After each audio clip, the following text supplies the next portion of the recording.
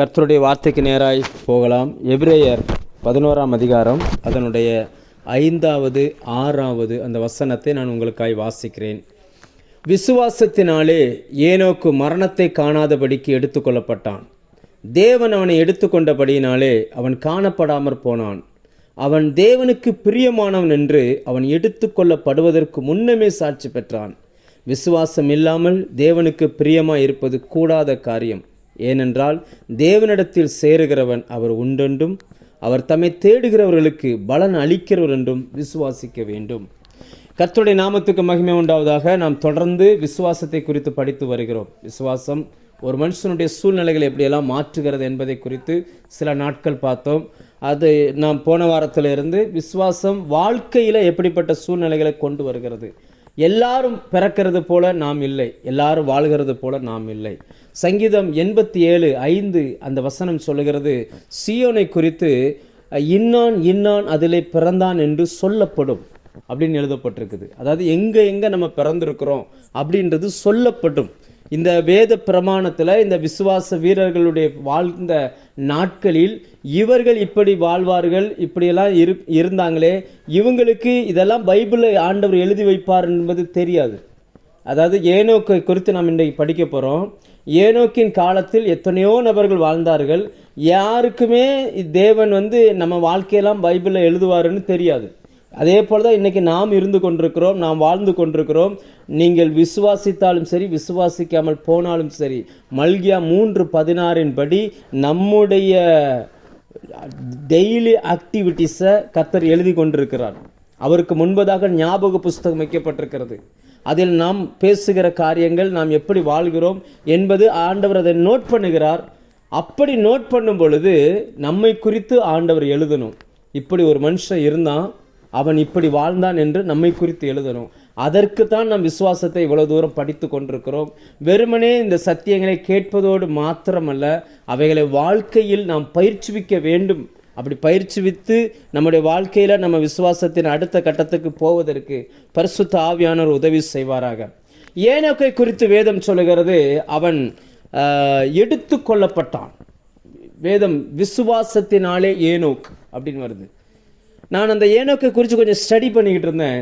நிறைய ஆச்சரியமான தகவல்களை ஆவியானவர் கற்றுக் கொடுத்தார். 5ஆம் அதிகாரம், ஆதியாகமம் 5ஆம் அதிகாரத்தில் அவர்கள் வாழ்ந்த அந்த காலம், எத்தனை பிள்ளைங்க பிறந்தாங்க அப்படியெல்லாம் ஆண்டவர் எழுதி வச்சிருக்கிறார். அதில் எல்லாரையும் குறித்து எழுதும் பொழுது 4ஆம் வசனத்திலேருந்து வாசிங்கன்னா ஒவ்வொருத்தரை குறித்து எழுதுகிறார். உங்களுக்கு புரிகிறதுக்காக அந்த 4ஆம் வசனமும் 5ஆம் வசனமும் மட்டும் வாசிக்கிறேன். ஆதாம் சேத்தை பெற்ற பின் 800 வருஷம் உயிரோடு இருந்து, ஒவ்வொன்றுக்கும் கமா போடுறார், குமாரரையும் குமாரத்திகளையும் பெற்றான். ஆதாம் உயிரோடு இருந்த நாள் எல்லாம் 930 வருஷம் அவன் மரித்தான். அதாவது அவங்க உயிரோடு இருந்தாங்க, பிள்ளையை பெற்றாங்க, அதுக்கப்புறம் குழந்தை பெற்றாங்க, மரித்தாங்க. இருந்தான், வாழ்ந்தான், குழந்தை பெற்றான், மரித்தான். இப்படி தான் ஒவ்வொரு ஆளுக்கும் வந்துக்கிட்டே இருக்குது. அப்படி அவர் எழுதிக்கிட்டு வந்து அந்த அந்த அந்த லிஸ்ட்டில் அப்படி எழுதிட்டே வரும்போது 21ஆம் வசனத்தில் வரும்பொழுது அங்கே ஏனோக்கு வருகிறார். ஏனோக்கை குறித்து சொல்லும் பொழுது மட்டும் ஆண்டவர் என்ன சொல்கிறார் பாருங்க. ஏனோக்கு 65 வயதான போது மெத்துசலாவை பெற்றான். ஏனோக்கு மெத்துசலாவை பெற்ற பின் 300 வருஷம் தேவனோடு சஞ்சரித்து கொண்டிருந்து குமாரரையும் குமாரத்திகளையும் பெற்றான். மற்றவர்களை குறித்து எழுதும் பொழுது உயிரோடு இருந்து குமாரரையும் குமாரத்திகளையும் பெற்றான். மற்றவர்களுடைய வாழ்க்கைக்கும் இந்த ஏனோக்கினுடைய வாழ்க்கைக்கும் எவ்வளவு வித்தியாசத்தை பரிசுத்த ஆவியானவர் இந்த வசனத்துக்குள்ளே காட்டுகிறார். இன்றைக்கி நாம் வாழுகிறோம், நம்மை சுற்றிலும் அநேகர் வாழ்கிறார்கள். நம்மை சுற்றிலும் தேவன் அற்றவர்கள் வாழ்கிறார்கள், தேவனை அறிந்தவர்கள் வாழ்கிறார்கள். ஆனாலும் நம்மளுடைய வாழ்க்கை வேறு, அவர்களுடைய வாழ்க்கை வேறு. கர்த்தர் நம்மை எழுதும் பொழுது நம்மை விசேஷித்தவர்களாக எழுத விரும்புகிறார். அதனால தான் இந்த ஆவிக்குரிய விசுவாச சத்தியத்தை நாம் தொடர்ந்து படித்து கொண்டு வருகிறோம். நான் இவைகளை எழுதி பார்த்தேன். எதுக்காக ஆண்டவர் இத்தனை வருஷம் வாழ்ந்தாங்க அப்படின்னு எழுதி வச்சிருக்கிறாரு, எதுக்காக இப்படி எழுதியிருக்கிறாரு அப்படின்னு சொல்லி நான் ஒரு எழுதி பார்க்க ஆரம்பித்தேன். அதாவது ஆதாம் 930 வருஷம் வாழ்ந்தார், 130 வயசில் சேத்தை பெற்று அதுக்கப்புறம் 800 வருஷம் உயிரோடு இருந்தார். அப்படி அந்த 800 வருஷத்தில் அதுலேருந்து ஒரு 105 வருஷத்தில் ஏனோஸை பெற்றார். அதுக்கப்புறம் 695 வருஷம் வாழ்ந்தார். நான் இப்படி இப்படி வந்துகிட்டே இருக்கும்போது ஏனோக்கு பிறந்ததுக்கு அப்புறம் ஆதாம் 308 வருஷம் உயிரோடு வாழ்ந்திருக்கிறார். நான் சொல்கிறது உங்களால் நம்ப முடியுதான்னு தெரியல, நீங்கள் ஒரு பேப்பர் எடுத்து எழுதி பாருங்கள். ஆதாம் தேவனை முகமுகமாய் கண்ட மனுஷன், ஏதேனில் வாழ்ந்தவர். அவருக்கு தெரியும் தேவன் எப்படிப்பட்டவர் என்பது தெரியும், தேவன் எப்படி பேசுவார் என்பது தெரியும், தேவ சுபாவம் தெரியும், ஏன் அந்த வாழ்க்கையை விட்டுட்டு இங்கே வந்தோன்றது தெரியும். தேவன் செழிப்பான ஏதேனை வைத்திருந்தார், அங்கே மனுஷனுடைய தவறு விளைவாய் அந்த வாழ்க்கை பிடுங்கப்பட்டது. அவர் எடுக்கப்பட்ட மண்ணை சரிப்படுத்தும்படி பூமிக்கு அனுப்பியிருக்கிறார் என்பது நன்றாய் தெரியும். ஆனால் அவர் 308 வருஷம் வாழ்கிறார் ஏனோக்கோடு சேர்ந்து. ஏனோக்கு வாழ்ந்ததே 365 வருஷம், ஆனால் அதில் 300 வருஷம் தேவனோடு சஞ்சரித்திருக்கிறார். அப்படின்னா இவரும் 308 வருஷம் ஏனோக்கோடு சேர்ந்து இருந்திருக்கிறாரே.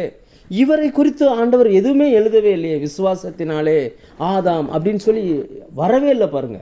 அப்போ இதுலேருந்து இதை நான் எழுதிக்கிட்டு இருக்கும்போது ஆவியானவர் எனக்கு உணர்த்தின சத்தியம் என்னவென்றால், இவர்தான் ஏனோக்குக்கு தேவனை குறித்து சொல்லியிருக்க வேண்டும். ஏனென்றால் இவர்தான் அந்த நாட்களில் கர்த்தரை அறிந்தவராய் இருந்தார். இவர் மூலம்தான் சத்தியம் அவருக்கு கீழே பின்னாடி பிறந்த எல்லாருக்கும் அறிவிக்கப்பட்டது. இவர்தான் தேவனை அவர்களுக்கு அறிமுகப்படுத்துகிறார். ஆனால் இவரை பார்க்கிலும் ஏனோக்கு இப்பொழுது தேவனுடைய பார்வையில் விசேஷித்தவராய் மாறி போகிறார். அதனுடைய காரணம் என்னவென்றால், நமக்கு சத்தியத்தை அறிவித்தவர்கள் வாழ முடியாத விசுவாச வாழ்க்கையை நம்மால் வாழ முடியும் என்பதை இந்த சம்பவம் நமக்கு எடுத்து காட்டுகிறது. நமக்கு சத்தியத்தை அறிவித்தவர்கள் அவர்களால் எட்ட முடியாத ஆவிக்குரிய உயரத்தையும் தரத்தையும் கூட நம்மளால் எட்ட முடியும், நம்மளால் வாழ முடியும், நம்மளால் தேவனுக்கு பிரியமாய் சாட்சியாய் வாழ முடியும் என்பதை தான் இந்த ஏனோக்கினுடைய வாழ்க்கை முதலாவது நமக்கு காட்டுகிறது. ஆச்சரியமா இருக்கு பாருங்க. தேவனை தரிசித்த மனுஷன் பூமியில அவரை பார்த்துட்டு யாருமே உயிரோடு இருக்க முடியாது. மோசேயிட்ட ஆண்டவர் சொல்கிறார், என் முகத்தை பார்த்துட்டு ஒருவனும் உயிரோடு வாழ முடியாது அப்படின்ட்டார். ஆனால் இந்த ஆதாம் அப்படி அல்ல. தேவனோடு சஞ்சரித்தவர், தேவனோடு நடந்தவர், தினந்தோறும் தோட்டத்தில் உலாவுகிற கர்த்தருடைய சத்தத்தை கேட்டவர். ஆதாமும் தேவனுமா உட்காந்து தான் அந்த மிருகங்களுக்கு பேர் வைக்கிறாங்க, எல்லாத்தையும் கிரியேட் பண்ணுறாங்க. ஆதாமோடு தேவன் தனித்திருந்தார், நிறைய காரியங்களை பண்ணினார். ஆனால் அந்த ஆதாம் அனுபவித்திராத, அல்லது இன்னும் சொல்லப்போனால் அந்த ஆதாமை குறித்து தேவன் எழுதிராத ஒரு காரியத்தை இந்த ஏனோக்கை குறித்து எழுதுகிறார். என்ன காரணம் அப்படின்னா, தேவனோடு சஞ்சரித்தார். இன்றைக்கு கர்த்தருடைய வார்த்தையை கேட்டுக்கொண்டிருக்கிற அருமையான தேவ பிள்ளைகளே, உங்களுக்கு தேவனுடைய வார்த்தையையும் தேவனுடைய சத்தியத்தையும் அறிமுகப்படுத்துகிற நபர்களை விட உங்களுடைய வாழ்க்கை தேவனுக்கு பிரியமாக இருக்க முடியும். ஏனென்றால் அவனுக்கு தேவன் பகிர்ந்து கொடுத்த விசுவாச அளவு, தேவன் உங்களுக்கு கொடுத்த அந்த விசுவாச அளவை நீங்கள் சரியாய் பயன்படுத்துவீர்களே என்றால் எத்தனை தலைமுறை தாண்டி வந்தாலும் கர்த்தருக்கு முன்னாடி உங்களால் பிரியமாக வாழ முடியும். நம்மளை குறித்து தேவன் எழுதணுங்க. எழுதும் போது இப்படி எழுதணும். யூதா 14ஆம் வசனத்தில் நம்ம பார்க்குறோம், ஆதாமுக்கு 7ஆம் தலைமுறையான ஏனோக்குன்னு அப்படி ஆரம்பிக்க அந்த வசனம். ஏன்னா ஆதாமுக்கு 3ஆம் தலைமுறையில் ஒரு ஏனோக்கு இருந்திருக்கிறார். ஆதியாகமம் 4ஆம் அதிகாரத்தில் அந்த காயினுடைய சந்ததியில் ஒரு ஏனோக்கு வர்றாரு. 18ஆம் வசனத்தில் 17, 18 வர்றாரு அந்த ஏனோக்குன்னு சொல்லி. அவர் இல்லை, ஆண்டவர் பாருங்க அந்த பைபிளில் எழுதும்போது எவ்வளவு கவனமாக மைனூட்டாக அந்த காரியத்தை எழுதுறார். ஆதாமுக்கு 7ஆம் தலைமுறையான ஏனோக் அப்படின்றார். அப்படின்னா அவர் யாரை குறித்து சொல்ல வருகிறாரோ அவரை ஜனங்கள் சரியாய் புரிந்து கொள்ள வேண்டும், தப்பாக புரிந்து கொள்ளக்கூடாது என்பதற்காக அவ்வளவு அக்யூரேட்டாக எழுதுகிறார். இன்னைக்கு நம்மை குறித்து எழுதும் பொழுதும் இப்படி சொல்லணும். இன்னைக்கு திருநெல்வேலியில் 100கணக்கான மோகன் இருக்கலாம், ஆனால் கர்த்தர் எழுதும் பொழுது என்னை குறித்து ஏதோ ஒரு அடையாளத்தை எழுதுவார். ஒருவேளை நம்ம நாம் வாழுகிற இந்த நாட்டில் நேசம் என்கிற பேரில் 1000கணக்கான பேர் இருக்கலாம், ஆனால் நம்மை குறித்து எழுதும் பொழுது நம்ம தான் எழுதுகிறார் என்பது எத்தனை தலைமுறைகள் தாண்டி வந்தாலும் தெரிகிறது போல அவர் எழுதுவார். அதுதான் முதலாவது நாம் இன்றைக்கு ஏனோக்கிடமிருந்து கற்றுக்கொள்கிறோம். நீங்கள் விசுவாசத்தில் வாழ்வீர்களே ஆனால் மற்றவர்களுக்கு கொடுக்கிற இம்பார்ட்டன்ஸை பார்க்கிறோம், மற்றவர்களுக்கு கொடுக்கிற கனத்தை பார்க்கிறோம். கர்த்தர் உங்களுக்கு அதிகமான கனத்தை கொடுப்பார். யோசிச்சு பாருங்க, ஆதாம் தேவனை முகமுகமாய் கண்ட மனுஷன், ஆனால் ஆதாமை கர்த்தர் புறக்கணிச்சிட்டு கேட்டு விசுவாசத்தில் நடந்தவர். நாம் தரிசித்து நடக்கலை, விசுவாசித்து நடக்கிறோம். அப்படி புதிய ஏற்பாட்டில் வருது இல்லையா? தரிசித்து நடந்தவர்கள் பின்னாடி நிற்கிறாங்க, விசுவாசித்து நடந்தவரை தேவன் முன்னாடி கொண்டு வந்து நிப்பாட்டுக்கிறார். என்ன காரணம் அப்படின்னு பார்த்தீங்கன்னா, இன்றைக்கும் இந்த செகண்டில் கூட முழு உலகமும் இயங்கிக்கிட்டு இருக்குது, பரபரப்பாக இயங்கிக்கிட்டு இருக்குது. ஒருவேளை இரவு நேரத்தில் இருக்கிறவங்க தூங்கிக்கிட்டு இருக்கலாம், பகல் நேரத்தில் இருக்கிறவங்க வேலை பார்த்துக்கிட்டு இருக்கலாம். ஏதோ ஒரு சூழ்நிலையில் எல்லாரும் எதையோ பண்ணி கொண்டிருக்கிற காலகட்டத்தில் ஒரு குறிப்பிட்ட சில ஜனங்கள் மட்டும் தேவனோடு சஞ்சரித்து கொண்டிருக்கிறார்கள். தேவனோடு, அதாவது தமிழ் பைபிளில் தேவனோடு சஞ்சரித்தான் இருக்குது, ஆங்கில பைபிளில் தேவனோடு நடந்தான் அப்படின்னு இருக்கும். வாக் வித் காட், தேவனோடு நடந்தான். அப்போ தேவனோடு 2 பேர் சேர்ந்து நடக்கிறதுன்னு அர்த்தம் என்ன தெரியுமா? 2 பேர் சேர்ந்து வாக்கிங் போகிறாங்க அப்படின்னா 2 பேர் நடந்து போகலை, 2 பேர் பேசி கொண்டு போகிறார்கள். நீங்களே ப்ராக்டிக்கலாக யோசிச்சு பாருங்கள். 2 பேர் நீங்கள் வாக்கிங் போகிறீங்கன்னா, தனியாக போனீங்கன்னா அது வேறு மாதிரி இருக்கும். நீங்களும் உங்களோடு கூட சேர்ந்து உங்களுடைய நண்பரும் சேர்ந்து நடந்து போனீங்கன்னா நிறைய காரியங்களை நம்ம பேசுவோம். ஏனோக்கு தேவனோடு சஞ்சரித்தான் 300 வருஷம் அப்படின்னா தேவனோடு பேசிக்கொண்டிருந்தான், தேவனோடு பேசிக்கொண்டே இருந்தான். 300 வருஷம் கர்த்தரோடு நடந்திருக்கிறார்னா எவ்வளவு சவால்களை சந்தித்திருப்பார், எவ்வளவு போராட்டங்களை சந்தித்திருப்பார், எவ்வளவு நெருக்கங்களை அவர் சந்தித்திருப்பார். அவரோடு சுற்றி இருந்த அத்தனை நபர்களும் அவபக்தி உள்ளவர்களாக இருந்ததாய் யூதா 14ஆம் அதிகாரத்துக்கு பின் வருகிற வசனங்களில் பரிசுத்த ஆவியானவர் குறிப்பிடுகிறார். அவபக்தியாய் வாழ்ந்தார்கள். அந்த அவபக்தியாய் வாழ்ந்த லிஸ்ட்டில் தான் ஆதாமும் சேர்ந்து வர்றாரு. அடுத்து ஆதாமுக்கு அடுத்த 3வது தலைமுறையில் ஒருத்தர் வர்றார், ஏனோஸ். ஆதியாகமம் 4ஆம் அதிகாரம் கடைசி வசனம் சொல்லுகிறது, ஏனோஸின் அந்த காலத்தில் தான் மனுஷர் கர்த்தருடைய நாமத்தை தொழுது கொள்ள ஆரம்பித்தார்களாம். ஆராதனை வொர்ஷிப் லீடர்ஸ் வந்துட்டாங்க, நிறைய ஆராதனை வீரர்கள் இருக்கிறாங்க. ஆனால் அவர்களை குறித்தும் விசுவாசத்தில் அவர்கள் வளர்ந்ததாய் வேதத்தில் சொல்லப்படலை. ஒன்றை புரிந்து கொள்ள வேண்டும், நிறைய தேவனை குறித்த நாலேஜ் இருக்கின்றதுக்காக ஒருத்தர்கிட்ட விசுவாசம் இருக்குன்னு அர்த்தம் இல்லை. விசுவாசம் என்பது கர்த்தரோடு நம்ம எவ்வளோ தூரம் நடக்கிறோம், அவரோடு எவ்வளவு தூரம் நம்ம நேரம் செலவழிக்கிறோம், அவரோடு நம்மளுடைய விருப்பங்களை எவ்வளவு தூரம் பேசுகிறோம், அவருடைய விருப்பங்களை நம்ம எவ்வளோ தூரம் உள்வாங்குகிறோம், அவர் எவ்வளோ தூரம் புரிந்து வைத்திருக்கிறோம், அதுதான் ரொம்ப முக்கியமானது.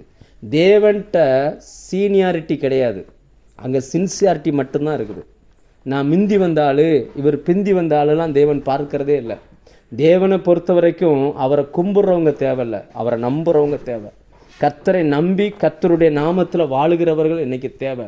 அப்படிப்பட்ட ஒரு கூட்டமாய் கர்த்தர் உங்களையும் என்னையும் ஆண்டவர் இந்த நாளில் எதிர்பார்க்கிறார். யோசிச்சு பாருங்க, ஆண்டவர் ஒரு ஓமை சொல்கிறார் மத்தேயு 20ஆம் அதிகாரத்தில்.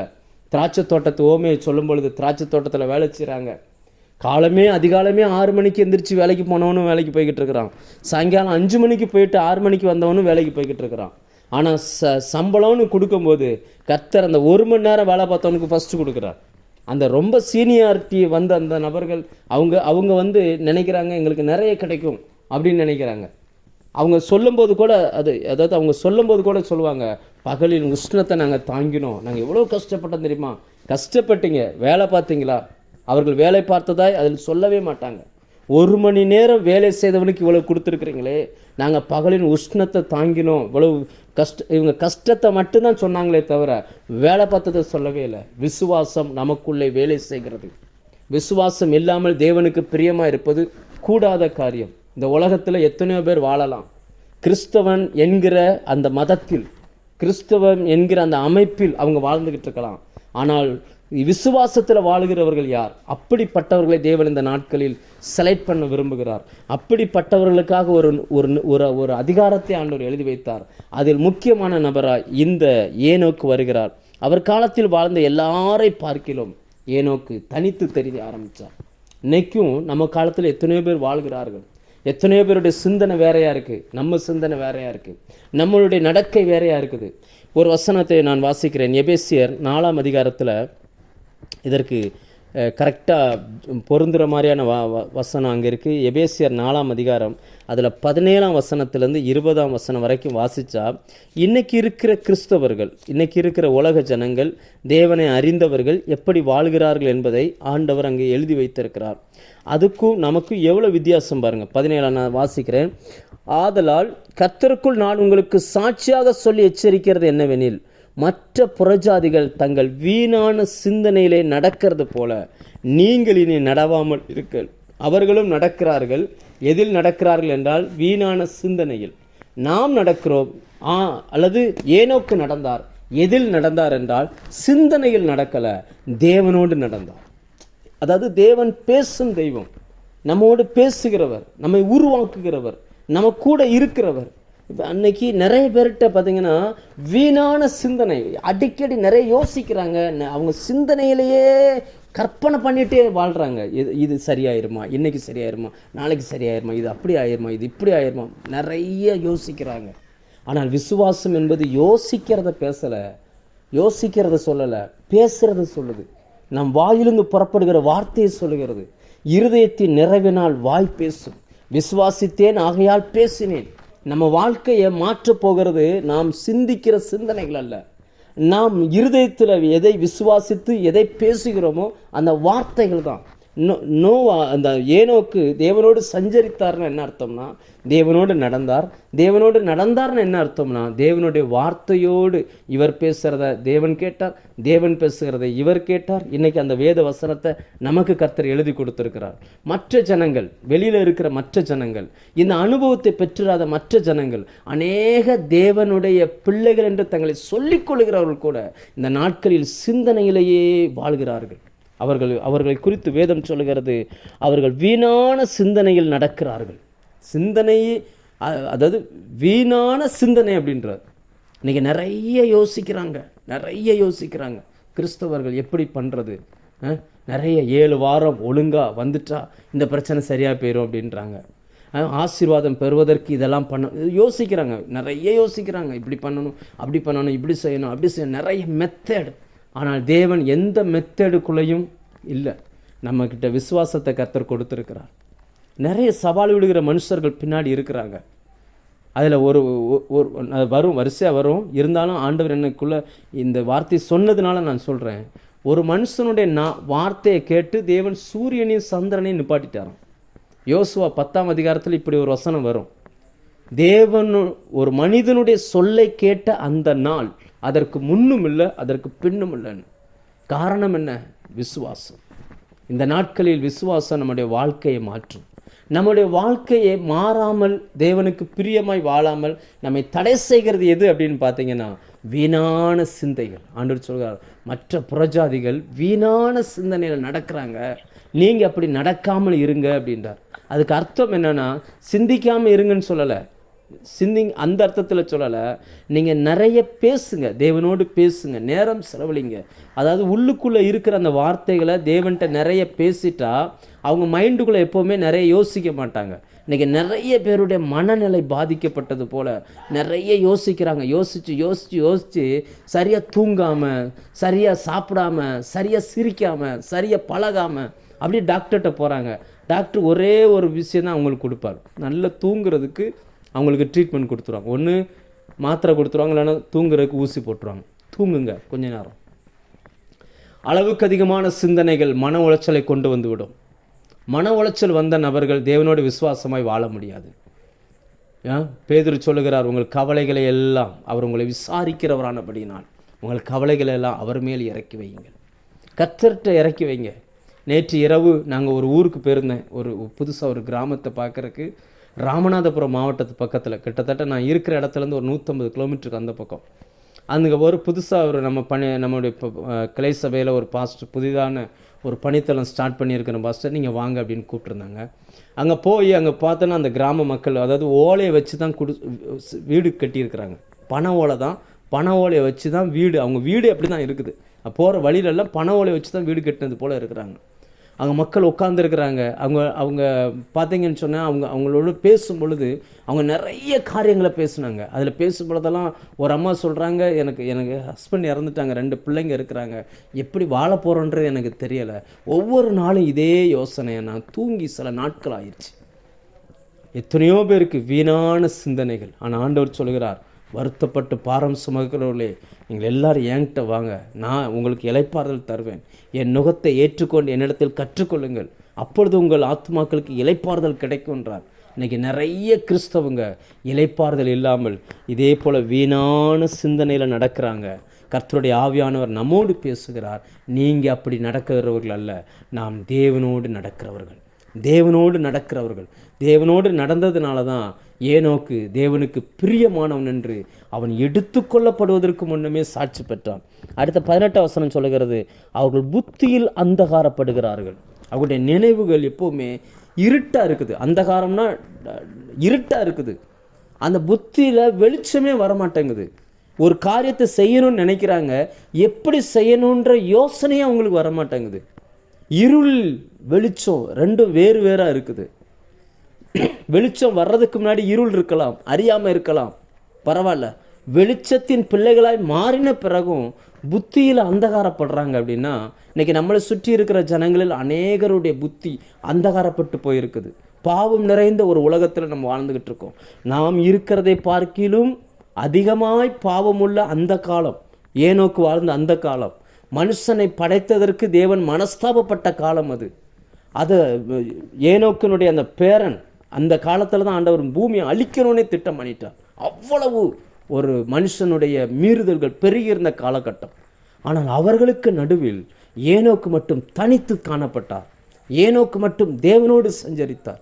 சுற்றிலும் பாவத்தோடு வாழ்கிற ஜனங்களுக்கு மத்தியில் நம்மால் தேவனோடு சஞ்சரிக்க முடியும், நம்மால் தேவனோடு பேச முடியும், நம்மால் நம்முடைய பரிசுத்தத்தை காத்து கொள்ள முடியும் என்பதைத்தான் இந்த வேத வசனம் நமக்கு காட்டுகிறது.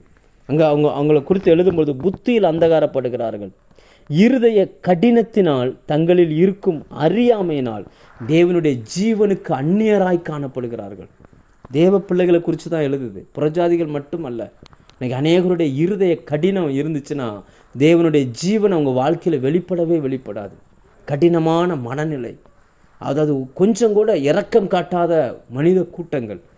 இன்றைக்கி நாம் வாழ்கிற இந்த நாட்களில் நாம் எப்படி இருக்கிறோம்? இதை படிக்கும் பொழுதெல்லாம் நாம் தெரிந்து கொள்ள வேண்டிய சத்தியம் என்னவென்றால், நாம் இன்றைக்கு எப்படி இருக்கிறோம்? நமக்குள்ளே இருதய கடினம் இருக்கிறதா? நம்மளை சுற்றி இருக்கிறவங்க இருக்கலாம், பிரச்சனை இல்லை. நம்மளை சுற்றி இருக்கிறவங்களுடைய சிந்தனையில் அந்தகாரம் இருக்கலாம், தப்பு இல்லை. ஆனால் நாம் தேவனோடு பேசுகிறபடினால் அவருக்குள் ஜீவன் இருக்கிறது. அந்த ஜீவன் மனுஷருக்கு ஒளியாக இருக்குது. அந்த ஒளி எந்த மனுஷனுக்குள்ளே வருகிறதோ அவனை மாத்திரமல்ல, அவன் இருள் நிறைந்த இடங்களில் பிரகாசிக்கிறவனாய் கர்த்தர் மாற்றி விடுகிறார். அப்படி எழுதிட்டு தான் உணர்வில்லாதவர்களாய் 19ஆம் வசனம் சொல்லும், உணர்வில்லாதவர்களாய் சகலவித அசுத்தங்களையும் ஆவலோடே நடப்பிக்கும்படி தங்களை காம விகாரத்துக்கு ஒப்பு கொடுத்து இருக்கிறார்கள். தமிழில் நீங்களோன்னு எழுதியிருக்காங்க. ஆங்கிலத்தில் படிச்சிங்கன்னா அதுக்கு முன்னாடி இன்னொரு வார்த்தையை சேர்த்து போட்டிருப்பாங்க. பட் அப்படின்ற வார்த்தையில் தான் 20ஆம் வசனம் தொடங்கும். ஆனால் நீங்களோ, அப்படி தான் சரியாக வரணும். என்னவோ அதை விட்டுட்டாங்க தமிழில். ஆனால் ஜனங்கள் அப்படி இருக்கிறாங்க. ஆனால் நாம் எப்படி இருக்கணும் கொஞ்சம் யோசிச்சு பாருங்கள். உலக ஜனம், இன்னைக்கு இருக்கிற ஜனம் எப்படி இருக்குதான்?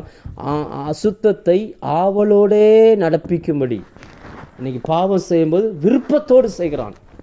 ஆனால் தேவனை கனப்படுத்துவதற்கு நாம் விருப்பத்தோடு செய்கிறோமா? நான் சொல்கிறத நல்லா புரிஞ்சுக்கோங்க. பாவம் செய்கிறதுக்கும் மீறுதல் செய்கிறதுக்கும் மனுஷன் விருப்பப்படுகிறான், சந்தோஷப்பட்டு செய்கிறான். ஆனால் கர்த்தரோடு நடப்பதற்கும் கர்த்தரை கனப்படுத்துவதற்கும் கர்த்தருக்கு அடுத்த காரியங்களில் நாம் ஆர்வத்தோடு நடந்து கொள்கிறோமா? அப்படி நடந்தோம்னா நீங்களும் நானும் இன்னொரு ஏனோக்காகவே இந்த பூமியில் வாழ்கிறோம். நாம் இன்னைக்கு எப்படி இருக்கிறோம் என்பதை தான் இந்த விசுவாச வாழ்க்கையில் நம்ம சிந்தித்து பார்க்கணும். நம்மளுடைய விருப்பம், அந்த ஆவல் எதில் இருக்குது? அதான் 20ஆம் வசனத்தில் சொல்கிறார், ஆனால் நீங்களோ இவ்விதமாய் கிறிஸ்துவை கற்றுக்கொள்ளவில்லை. அவங்க அப்படி படித்து வச்சுருக்கிறாங்க. இன்னைக்கு நம்ம யோசித்து பாருங்கள், நம்மளை சுற்றி நடக்கிற சூழ்நிலைகளை பாருங்கள். எப்படிப்பட்ட காலகட்டத்துக்குள்ளே நம்ம வாழ்ந்துக்கிட்டு இருக்கிறோம். அன்னைக்கு ஏனோக்கு அந்த கடைசி காலத்துக்கு ஒப்பான காலத்தில் வாழ்ந்து குடும்பத்தில் இருந்தாலும் அவர் தன்னோட 300 வருஷம் கர்த்தரோடு நடந்தார். இன்றைக்கி நீங்களும் நானும் அப்படி தான் நடந்துக்கிட்டு இருக்கோம். நம்ம சொல்லக்கூடாது எல்லாரும் அப்படி தானே இருக்கிறாங்க, நம்ம என்ன செய்ய, நம்மளும் மனுஷி தானே, நானும் பலகீனமான ஆள் தானே, நானும் அப்படி இல்லை.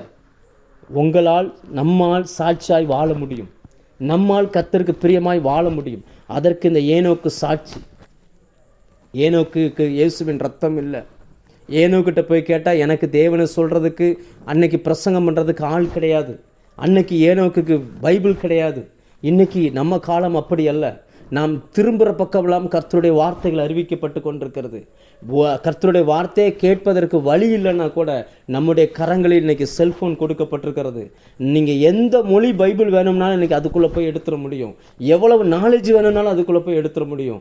ஆனால் இவ்வளவு வசதிகள் இருந்தும் கூட தேவனோடு நடந்த அந்த ஏனோக்கை போல இந்த காலகட்டத்தில் அநேக கிறிஸ்தவர்களால் வாழ முடியவில்லை. அநேகர் தங்கள் சிந்தனையில் வீணராய் போய்கொண்டிருக்கிறார்கள். இருதயத்தில் அந்தகாரப்படுகிறார்கள். ஒரு ஒரு திட்டம் இல்லை, ஒரு தெளிவு இல்லை. நான் எதற்காக இந்த பூமியில் கிறிஸ்துவனால் அழைக்கப்பட்டேன் என்கிற ஒரு வெளிப்பாடு இல்லை. அப்படி ஏதோ வாழ்கிறவங்க, ஏதோ இருக்கிறவங்க, ஏதோ போகிறவங்க, அப்படி போயிட்டு இருக்கிறாங்க. யோசிச்சு பாருங்க, ஏனோக்குக்கு முன்னாடி வரைக்கும் ஏனோக்கு பின்னாடி வரைக்கும் எழுதப்பட்டது எப்படி எழுதப்பட்டிருக்கிறது. இவன் இத்தனை வயசுல அந்த பிள்ளை பெற்றான், அதுக்கப்புறம் இத்தனை வயசு வரைக்கும் பிள்ளை பெற்றுக்கிட்டே இருந்தான், அதுக்கப்புறம் இறந்து போனான். இதுதான் ஸ்டேட்மெண்ட். நாமளும் பிறந்தோம், வளர்ந்தோம், வாழ்ந்தோம், பிள்ளை பெற்றோம், வீடு கட்டினோம், இறந்தோம். இது அல்ல கிறிஸ்தவ வாழ்க்கை. அவருக்கு பிரியமாய் இந்த பூமியில் நாம் வாழ வேண்டும். இந்த பூமியில் நாம் எதையாவது ஒன்றை செய்ய வேண்டும். அதுதான் விசுவாச வாழ்க்கையை நமக்கு கற்றுக் கொடுக்கிறது. யோசிச்சு பாருங்கள், அவங்களால அதை சரி பண்ணவே முடியலை. பாருங்கள், இன்றைக்கி உலகம் இப்படி தான் இருந்துக்கிட்டு இருக்குது. நம்மளை சுற்றி இருக்கிற ஜனங்கள் இப்படி தான் இருக்கிறாங்க, உணர்வு இல்லாதவர்களாக இருக்கிறாங்க. அது தேவனுடைய, அதாவது என்னென்னா, ஆண்டவர் வருவதற்கு இன்னும் நாள் செல்லும்னு சொல்லிக்கிட்டு இருக்கிறாங்க. உணர்வு இல்லாமல் இருக்கிறாங்க. உணர்வு இல்லாமல் நிறைய கிறிஸ்தவங்க இப்படி இருக்கிறாங்க. அது பிரச்சனை இல்லை. நாம் எப்படி இருக்கிறோம்? ஆண்டவர் சொன்னார், பரிசுத்தமாக இருக்கிறவன் இன்னும் பரிசுத்தமாகு, நீதி செய்கிறவன் இன்னும் நீதி செய். அவர் வரும்பொழுது இதற்கான பிரதிபலனை கர்த்தர் கொண்டு வருவார். இது கடைசி காலம், 1 to 1 கர்த்தர் சந்திக்கிற காலம். கடைசி 7ஆம் நாள் சபையை குறித்து ஆண்டவர் சொல்லும் பொழுது, 7வது சபையை சொல்லும் பொழுது ஆண்டவர் சொல்லுகிறார், வாசப்படியில்னு கதவை தட்டுறேன், என் சத்தத்தை கேட்டு ஒருவன் திறந்தாள் அப்படின்றார். தனிப்பட்ட விதத்தில் சிங்கிள் மனிதனாய் தேவன் சந்தித்து சத்தியங்களை அறிவிக்கிற காலகட்டம் இது. அதனால தானே என்னவோ தெரில, நம் யாருடைய முகமும் யாருக்கும் தெரிவதில்லை. ஆனால் சத்தியங்கள் மட்டும் ஜனங்களுக்குள்ளே போய்கிட்டே இருக்கு. எத்தனை மனிதர்கள் இருதயத்தை திறந்து அந்த வசனத்தை ஏற்றுக்கொள்கிறார்களோ அத்தனை பேருக்குள்ளும் இந்த வசனமானது ஆழமாய் வேரூன்றி அவங்களுடைய வாழ்க்கையை வேறொரு தளத்துக்கு கொண்டு போகிறது. நமக்கும் இன்றைக்கு இப்படிப்பட்ட ஆழமான வாழ்க்கை தேவை. இப்படிப்பட்ட ஒரு ஆழமான ஒரு அனுபவம் இந்த கட்டாயம் நமக்கு தேவை. ஏனோக்கு சாட்சி பெற்றார். அந்த வேத பகுதியை வாசிப்போம். யூதா எழுதுகிறார். யூதா அந்த ஏனோக்குக்கு தேவன் கொடுத்திருந்த அந்த விசேஷமான அந்த கிருபைகளை பாருங்கள். யூதா 14ஆம் வசனம் வாசிக்கிறேன். ஆதாமுக்கு 7ஆம் தலைமுறையான ஏனோக்கும் இவர்களை குறித்து இதோ எல்லாருக்கும் நியாய தீர்ப்பு கொடுக்கிறதற்கும் அவர்களில் அவபக்தி உள்ளவர்கள் யாவரும் அவபக்தியாய் செய்து வருகிற சகல அவபக்தியான கிரியைகளின் நிமித்தமும். யாரை சொல்கிறாரு? அவர் காலத்தில் வாழ்ந்த அவபக்தி உள்ள ஜனங்கள். அடுத்த வசனத்தை பாருங்கள். தமக்கு விரோதமாய் அவபக்தியுள்ள பாவிகள் பேசின கடின வார்த்தைகளின் நிமித்தமும் அவர்களை கண்டிக்கிறதற்கும் ஆயிரமான தமது பரிசுத்தவான்களோடு கூட கர்த்தர் வருகிறார் என்று முன் அறிவித்தார். இந்த காலம் இன்னும் நிறைவேறவே இல்லை. நான் வாசித்த இந்த பகுதி இன்னும் நிறைவேறவே இல்லை. எவ்வளவு காலத்துக்கு பிறகு நடக்க போகிற ஒரு விஷயத்தை கர்த்தர் ஏனோக்கோடு பேசியிருக்கிறார் பாருங்கள். தேவனோடு நாம் நடந்தோம்னா கர்த்தர் எதிர்காலத்தை குறித்து நம்மோடு பேசுவார். உங்கள் பிள்ளைகளின் எதிர்காலத்தை குறித்து கர்த்தர் உங்களோடு பேசுவார். அநேகரோடு பேசி இருக்கிறார், நம்மோடு பேசுவார். கர்த்தரோடு நடந்தோம்னா கர்த்தர் நம்மோடு பேசுவார். யோசிச்சு பாருங்கள், எவ்வளோ பெரிய வெளிப்பாடு. இன்னும் அந்த காலம் நடக்கலை. ஏனோக்கின் காலம் முடிஞ்சு அந்த உலகம் அழிஞ்சு அடுத்து நோவா வந்து புதுசாக உலகங்கள் வந்து நம்ம காலம் இயேசுவின் முதல் வருகை தான் வந்திருக்கு. இன்னும் 2ஆம் வருகை வரல. இவர் சொல்லுகிறது 2ஆம் வருகை சொல்லுகிறார். 1000-10,000 தேவதூதர்களோடு கூட பரிசுத்தவான்களோடு கூட அவர் இறங்கி வருகிறார். அவர் வரும்பொழுது மரித்தவர்கள் உயிரோடு எழுந்திருப்பாங்களே, அந்த காலத்தை சொல்லிக்கிட்டு இருக்கிறார். எவ்வளவு காலத்துக்கு தேவன் அந்த வெளிப்பாடை சொல்லியிருக்கிறார் பாருங்க. அப்போனா எவ்வளவு தூரம் தேவன் அவர்கள் டீப்பாக பழகியிருக்கிறார் என்பது இதிலிருந்து நாம் தெரிந்து கொள்கிறோம். அவர் வாழ்ந்த காலத்தில் நான் முன்னாடியே சொன்னது போல ஆதாமின் பிள்ளைகள், அதுக்கப்புறம் கர்த்தரை அறிந்த அந்த ஆராதனை வீரர்கள், என்னென்னவோ ஒரு கூட்ட ஜனங்கள் வாழ்ந்திருக்கிறாங்க. ஆனால் அவர்களை குறித்து எழுதும் பொழுதெல்லாம் அவபக்தி உள்ளவர்கள்னு சொல்கிறாங்க. பக்தி இருக்குது, ஆனால் அந்த பக்தி தேவனுக்கு ஏற்றபடி இல்லை. அநேகருக்குள்ள பக்தி இருக்குது, மனுஷனுக்கு ஏற்ற பக்தி இருக்குது. நிறைய நேரங்களில் நேற்று ஊழியத்தை முடிச்சுட்டு வரும்பொழுது எத்தனையோ தெருக்களில், எத்தனையோ மலைகளில், எத்தனையோ காடுகளில் அந்த விக்கிரகங்களுக்கு அவங்க அது ஒரு ஆராதனை செஞ்சுக்கிட்டு இருக்கிறாங்க. எங்கேயோ ஏதோ ஒன்று நடக்கும், எல்லாரும் உட்காந்துருப்பாங்க, சமையல் பண்ணுவாங்க, எல்லாம் செய்வாங்க. எல்லாம் முடிஞ்ச உடனே என்ன பண்ணுவாங்க, அந்த பூசாரி உள்ள என்ன பண்ணிக்கிட்டு இருப்பார். அதுக்கப்புறம் எல்லாம் முடிஞ்சோடனே அந்த பூசாரி வெளியில் வருவார். வெளியில் வந்தோடனே இந்த விளையாண்டுக்கிட்டு இருக்கிற கூட்டம்லாம் அப்படியே போய் அந்த பூசாரி முன்னாடி போய் நிற்கும். நின்ன உடனே இந்த பூசாரி அவங்க தலையில் என்னத்தை திருநாரை போடுவார். நீங்கள் யோசிச்சு பாருங்கள், அந்த பூசாரி உள்ளே போய் என்னவோ பண்ணிகிட்டு இருக்காரு. இந்த பூசாரிக்கும் அவன் சாமியை நினைக்கிறவனுக்கு தான் கனெக்ஷன் இருக்குது. வெளியில் இருக்கிறவங்களாம் சும்மா தான் இருக்கிறான். சும்மா இருந்துட்டு கடைசியில் வந்து என்ன பண்ணுறான்னா அந்த பூசாரிக்கிட்ட வந்து நின்றுக்கிட்டு இருக்கான். நம்ம காலமும் அப்படி தான் இருக்குது. அவங்க வாழ்க்கையில் அவங்களுக்கும் தேவனுக்கும் சம்மந்தமே கிடையாது. இன்றைக்கி தேவனுக்கும் தனக்கும் ஒரு மத்தியஸ்தர் யாராவது வரமாட்டாங்களான்னு சொல்லி அவங்க பூசாரியை வச்சுருந்தது போல் நம்மால் நிறைய ஊழியர்களை வச்சுருக்கிறான். ஆனால் தேவனும் அப்படி அல்ல. யோசிச்சு பாருங்க, இந்த ஏனோக்கு அப்படி அல்ல. தேவனோடு சஞ்சரித்தவன். இந்த ஏனோக்குக்கு கர்த்தரை சொல்லி கொடுத்தது வேணுமானால் ஆதாமா இருக்கலாம். இந்த ஏனோக்குக்கு ஆராதிக்க கற்றுக் கொடுத்தது வேணுமானால் ஏனோசா இருக்கலாம். ஆனால் அவர் தனித்து நடந்து தேவனிடத்திலிருந்து அந்த வெளிப்பாடுகளை வாங்கி கொண்டார். தேவனோடு நடந்த அந்த வெளிப்பாடுகளை வாங்கி கொண்டார். தேவனோடு பேசி பேசி பேசி இனி என்ன நடக்க போகுது, இனி வருகிற காலம் எப்படிப்பட்ட காலமாக இருக்க போகுது, நான் என்ன செய்யணும், எப்படி பண்ணணும், என்ன பண்ணணும்னு சொல்லி அந்த வெளிப்பாடுகளை வாங்கி கொண்டார். இன்னைக்கு நாம் தேவனிடத்திலிருந்து எதை வாங்கியிருக்கிறோம் கொஞ்சம் இந்த மத்தியான வேலையில் நம்மை நாமே கொஞ்சம் நிதானித்து கொஞ்சம் பார்ப்போம். அடுத்து அவர் சொல்லுகிறார், இவர்கள் அன்னைக்கு வாழ்ந்த அந்த ஜனங்கள் எப்படிப்பட்டவங்களாம், முறுமுறுக்கிறவர்கள், முறையிடுகிறவர்கள், தங்கள் இச்சையின்படி நடக்கிறவர்களுமா இருக்கிறார்கள். அன்னைக்கு வாழ்ந்தவர்களை சொல்கிறார். இன்றைக்கும் அப்படிப்பட்ட ஜனங்கள் இருக்கிறாங்க. முறுமுறுக்கிறாங்க, முறையிடுறாங்க. எப்போ பார்த்தாலும் முறையிடுறதுன்னா எனக்கு அது இல்லை, எனக்கு இது இல்லை. ஜெபத்தில் கூட உங்கள் ஜெபத்தை ஒரு 1 hour நீங்கள் ரெக்கார்ட் பண்ணுங்கள், செல்லில் ரெக்கார்ட் பண்ணுங்கள். ரெக்கார்ட் பண்ணிட்டு ஒரு 4 நாள் கழித்து போட்டு பாருங்கள். அதில் நீங்கள் தேவனிடத்திலிருந்து வாங்கினதுக்கு நன்றி சொல்லுறது எவ்வளோ இருக்குன்னு பாருங்கள், முறையிடுறது எவ்வளோ இருக்குன்னு பாருங்கள். முறையிடுறதுன்னு தெரியும்ல, எனக்கு இது கிடைக்கல, எனக்கு இன்னும் வரலை, இது ஏன் லேட் ஆகுது, இது ஏன் இப்படி இருக்குது. அவர்கள் இன்னைக்கு சுற்றிலும் முறுமுறுக்கிற கூட்டம், முறையிடுகிற கூட்டம். அடுத்தது அவர் சொல்லுகிறார், இவர்கள் வாய் இருமார்ப்பானவைகளை பேசும், தற்பொழிவுக்காக முகஸ்துதி செய்வார்கள். ஆனால் நீங்களோ பிரியமானவர்களே, நம்முடைய கர்த்தராகிய இயேசு கிறிஸ்துவின் அப்போஸ்தலரால் முன் சொல்லப்பட்ட வார்த்தைகளை நினைவு கூறுங்கள். இன்றைக்கி நாம் எப்படி இருக்கிறோம்? ஜனங்கள் அப்படி தான் இருக்கிறாங்க. ஜனங்கள் இன்றைக்கி நியாய தீர்ப்புக்காக கர்த்தர் வருகிறார்னு சொன்னாலும் எந்த விதமான ரியாக்ஷனுமே இல்லை, அப்படியே தான் இருக்கிறாங்க. ஆனால் நாம் இன்றைக்கி எப்படி இருக்கிறோம்? ஏனோக்கு தேவனோடு சஞ்சரித்தார். தேவனோடு சஞ்சரித்ததின் விளைவாய் அன்னைக்கு இருந்த எல்லாரை பார்க்கிறோம் அவர் ஒரு விசேஷமாய் வித்தியாசமாய் காணப்பட்டார். அவருடைய பேச்சு வேறாக இருந்தது, அவருடைய சிந்தனை வேறாக இருந்துச்சு. அவர் கொஞ்ச காலம்தான் அந்த பூமியில் வாழ்ந்தார், ஆனால் எடுத்துக்கொள்ளப்பட்டார். எத்தனை வருஷம் வாழ்கிறன்றது முக்கியம் இல்லை. இந்த ஏனோக்கினுடைய பையன்தான் மெத்துசலா, இருந்ததுலேயே ரொம்ப வருஷம் வாழ்ந்த மனுஷன். ஆனால் அவரை குறித்து என்ன எழுதியிருக்குது? மெத்துசலா அவன் யாரையே பெற்றான், அவன் பெற்று குமாரரின் குமார்த்திகளையும் பெற்று மரித்தான், அவ்வளோதான், வேறு எதுவுமே இல்லை. ஆனால் இவர் கொஞ்ச காலம் வாழ்ந்தாலும் தேவனுடைய இருதயத்தை சந்தோஷப்படுத்தி விட்டார். இன்றைக்கி நம்மை உண்டாக்கின கர்த்தரை சந்தோஷப்படுத்துவதற்கு நாம் நம்முடைய வாழ்க்கையில் நாட்களை செலவழிக்கிறோமா? எத்தனை நம்மளும் நெருங்கி பழகிறோம், கர்த்தரோடு நெருங்கி பழகிறோம், கர்த்தரோடு பேசுகிறோம், கர்த்தரோடு நடக்கிறோம். ஆனால் தேவன் சந்தோஷப்பட்டிருக்காரா? அதான் முக்கியமானது. ஏன்னா அங்கே நம்ம வாசித்த வேத பகுதி சொல்லுகிறது, தேவனுக்கு பிரியமானவன் என்று அவன் எடுத்துக்கொள்ளப்படுகிறதுக்கு முன்னமே சாட்சி பெற்றான். ஒரு 3 முக்கியமான காரியம் ஏனோக்கு தேவனோடு சஞ்சரித்ததினால் அவருக்கு கிடைத்த முக்கியமான 3 காரியங்கள். ஒன்று தெய்வீக வெளிப்பாடு. யூதா 14 சொல்லுகிறது தெய்வீக வெளிப்பாடு. அவர் தேவனை குறித்த தெய்வீக வெளிப்பாடை பெற்றிருந்ததுனால தான் மெத்துசலாவை பெற்று, மெத்துசலாவின் அர்த்தம் என்னன்னா இவனுடைய மரணம் ஒன்றை கொண்டு வரும் என்று அர்த்தம். ஏனோக்குக்கு தெரியும் இவன் மரிக்கிற அன்னைக்கு இந்த உலகம் அழியும்னு தெரியும். நீங்கள் அப்படி எழுதி பாருங்கள். கரெக்டாக நோவா பேழையை கட்டி பேழைக்குள்ளே போய் மழை வந்த அன்றும் அந்த நாளும் கரெக்டாக மெத்துசலா மரித்த நாளும் ஒரே நாள். நீங்கள் வேதத்தை அப்படி நோட் பண்ணி எழுதி பாருங்கள். கர்த்தர் அதுக்கு தான் இதெல்லாம் எழுதி வச்சிருக்கிறார். எழுதி பாருங்கள். இந்த தெய்வீக வெளிப்பாடை கர்த்தர் ஏனோக்குக்கு கொடுத்துருந்தார்.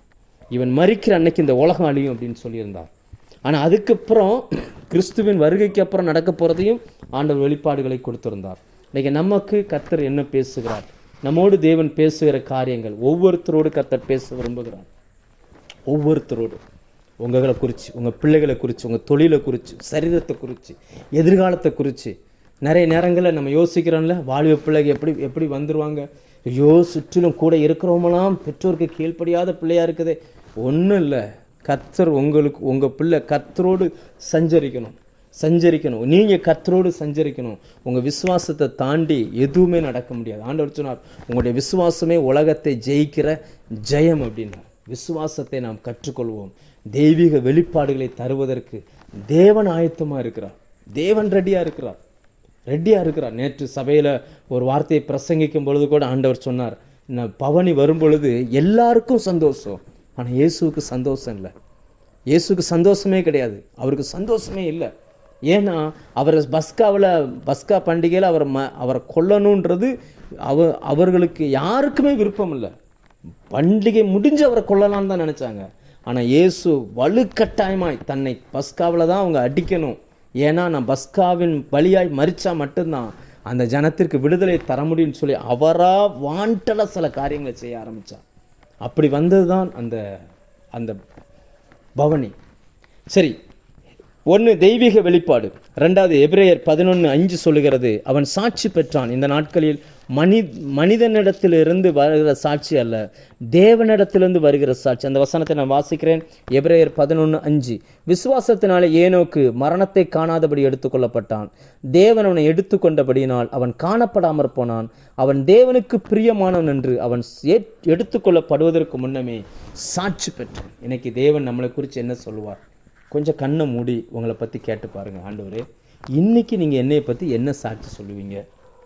என்ன சொல்லுவீங்க ஆண்டவரே? இப்போ நீங்கள் வந்தால் என்னை குறித்து என்ன பேசுவீங்க? நீங்கள் தருகிற கிருபையெல்லாம் நான் கரெக்டாக பயன்படுத்துகிறேன்னா? நீங்கள் தந்திருக்கிற வாய்ப்பெல்லாம் நான் சரியாக பயன்படுத்தியிருக்கிறேன்னா? நான் கரெக்டாக, அதாவது என்னென்னா, அவர்கள் பண்ணின அந்த ஜபங்களெல்லாம் முறுமுறுப்பு, முறையிடுகிறதும், இருதயத்தில் அந்தகாரம் இப்படியெல்லாம் இருக்கிற காலகட்டத்தில் ஏனோக்கு தேவனோடு பேச ஆரம்பித்தான். இவர் பேசுகிறது அவர் கேட்குறார், அவர் பேசுகிறது இவர் கேட்குறார். அதனால் தேவனே என்ன பண்ணுறாருனா, இவன் என் பிரியமானவன் சொல்லி அவரே சாட்சி சொல்கிறார். இன்னைக்கு ஆண்டவருக்கு ஆசை யார்கிட்டையாவது பேசணும் அப்படின்னு சொல்லி. தேவன் தன் ஜனத்தோடு பேச ஆசைப்படுகிறார். தன் ஜனத்தோடு என் சத்தத்தை அவங்க கேட்கணும்னு ஆசைப்படுகிறார். ஆனால் நிறைய பேருக்கு அவர்கிட்ட பேசுறதுக்கு இல்லை, நான் பேசுகிறத அவர் கேட்கட்டும், அது போதும், அந்த இடத்துல மட்டும் நீங்கள் இருங்கன்ற மாதிரி நிறைய இவங்க பேசுகிறாங்க. அவர் பேசுகிறத கேட்பதற்குரிய செவிகள் இன்னைக்கு இல்லை. தனித்து போய் இருக்கணுங்க.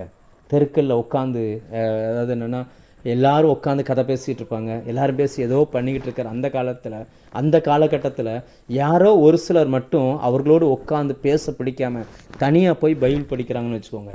தனியாக போய் ஜோம் பண்ணுறாங்கன்னா அவங்களுக்குள்ள அந்த ஏனோக்குள்ளே இருந்தது போல ஒரு ஆர்வம், ஆசையும் வந்திருக்குன்னு அர்த்தம். ஏன்னா அவங்க காணப்படாமல் போகிறார்கள், ஜனங்கள் மத்தியில் காணப்படாமல் போகிறார்கள். அவர்களுக்கு பொழுது போகிறது பிடிக்கல, ஜனங்களோடு உட்காந்து பொழுது போக்குறது பிடிக்கல, தேவனோடு சஞ்சரிக்கிறது பிடிக்கிறது, தேவனோடு பேசுறது பிடிக்கிறது. இன்னும் நான் என்ன கற்றுக்கிடணும் ஆண்டவரே, இன்னும் எனக்கு ஏதாவது சொல்லிக் கொடுங்க, இன்னும் என் பையனை குறித்து, இன்னும் எதிர்காலத்தை குறித்து, இன்னும் என் தொழிலை குறித்து, இன்னும் எனக்கு இதை சொல்லிக் கொடுங்க ஆண்டவர், இன்னும் இந்த பைபிளில் இந்த பகுதி எனக்கு புரியலை, இன்னும் எனக்கு சொல்லிக் கொடுங்க அப்படின்னு சொல்லி தனித்து அவர் தேவனோடு பேச ஆரம்பித்ததுனால தேவன் அவருக்கு சாட்சி கொடுத்தார், இவன் பிரியமானவன் அப்படின்னு. அடுத்ததாக மூணாவதாக நான் வாசித்ததில் அவன் எடுத்துக்கொள்ளப்பட்டான். மரணத்தை காணாமல் எடுத்துக்கொள்ளப்பட்டான். ஆண்டவராகிய இயேசு கிறிஸ்துவனுடைய வருகையின் காலத்தில் நம்ம இருக்கிறோம். சபை எடுத்துக்கொள்ளக்கூடிய காலகட்டத்தில் இருக்கிறோம். அவருடைய வருகைக்கான எக்காலம் எப்பொழுது வேண்டுமானாலும் தொழிக்கலாம். அப்படிப்பட்ட காலகட்டத்தில் இருக்கிறோம். இந்த ஏனோக்கு மரணத்தை பாராதபடி எடுத்துக்கொள்ளப்பட்டார். இன்றைக்கு இயேசு கிறிஸ்து வருவாரே ஆனால் நாம் எடுத்துக்கொள்ளப்படுவோமா? இருந்தால், நீங்கள் விசுவாசத்தில் நடந்திருந்தால் அவன் எடுத்துக்கொள்ளப்படுவான். இயேசுவும் தேவனும் ஏனோக்கும் ரொம்ப தூரம் 300 வருஷம் அப்படியே நடந்து ஒரு குறிப்பிட்ட தூரம் தாண்டி போயிட்டாங்க. ஒரு ஊழியக்காரர் இப்படி சொன்னார், ரொம்ப தூரம் வந்துட்டாங்க. திரும்பி பார்த்தா ஏனோக்குனுடைய வீடு ரொம்ப தூரம் இருக்குது. அப்போ கர்த்தர் சொன்னாராம், ஏனோக்கு உன் வீட்டுக்கு போனால் இன்னும் ரொம்ப நாள் ஆகும், பக்கத்தில் தான் என் வீடு, வா என் வீட்டுக்கு போயிடும் அப்படின்னு அவனை எடுத்துக்கொண்டு போனார். இந்த நாட்களில் அவர் வரப்போகிறார்.